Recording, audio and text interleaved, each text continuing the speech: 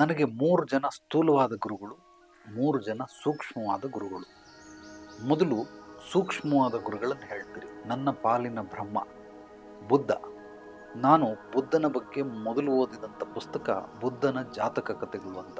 ಇಲ್ಲಿಂದ ಬುದ್ಧನ ಬಗ್ಗೆ ತಿಳ್ಕೊಳ್ಳೋದಕ್ಕೆ ಶುರು ಮಾಡಿದೆ. ನನ್ನ ಪಾಲಿನ ಬ್ರಹ್ಮ ಬುದ್ಧ, ನನ್ನ ಪಾಲಿನ ವಿಷ್ಣು ಓಶೋ ರಜನೀಶ್.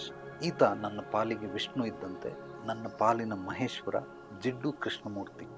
ಈ 3 ಜನ ನನಗೆ ಸೂಕ್ಷ್ಮವಾದ ಗುರುಗಳು. ಇನ್ನು ಸ್ಥೂಲವಾದ ಗುರುಗಳು ಅಂದರೆ ಸೂಕ್ಷ್ಮ ವಿದ್ಯೆ ಸ್ಥೂಲ ವಿದ್ಯೆಯನ್ನು ಕಲಿಸಿದಂಥವ್ರು ಶ್ರೀ ವಿದ್ವಾನ್ ಧರ್ಮರತ್ನಾಕರ ನನ್ನ ಮೊದಲ ಗುರು. ಇವರು ನನ್ನ ಪಾಲಿನ ಬ್ರಹ್ಮ. ಪೂರಿ ಜಗನ್ನಾಥ ಶಾಸ್ತ್ರಿ ಇವರು ನನ್ನ ಪಾಲಿನ ವಿಷ್ಣು. ಭೈರವ ಅಘೋರ ಇವರು ನನ್ನ ಪಾಲಿನ ಮಹೇಶ್ವರ. ಈ 3 ಜನ ಗುರುಗಳು ಯಂತ್ರ ಮಂತ್ರ ತಂತ್ರಗಾರಿಕೆಯನ್ನು ಕಲಿಸ್ಕೊಟ್ಟಿದ್ದಾರೆ.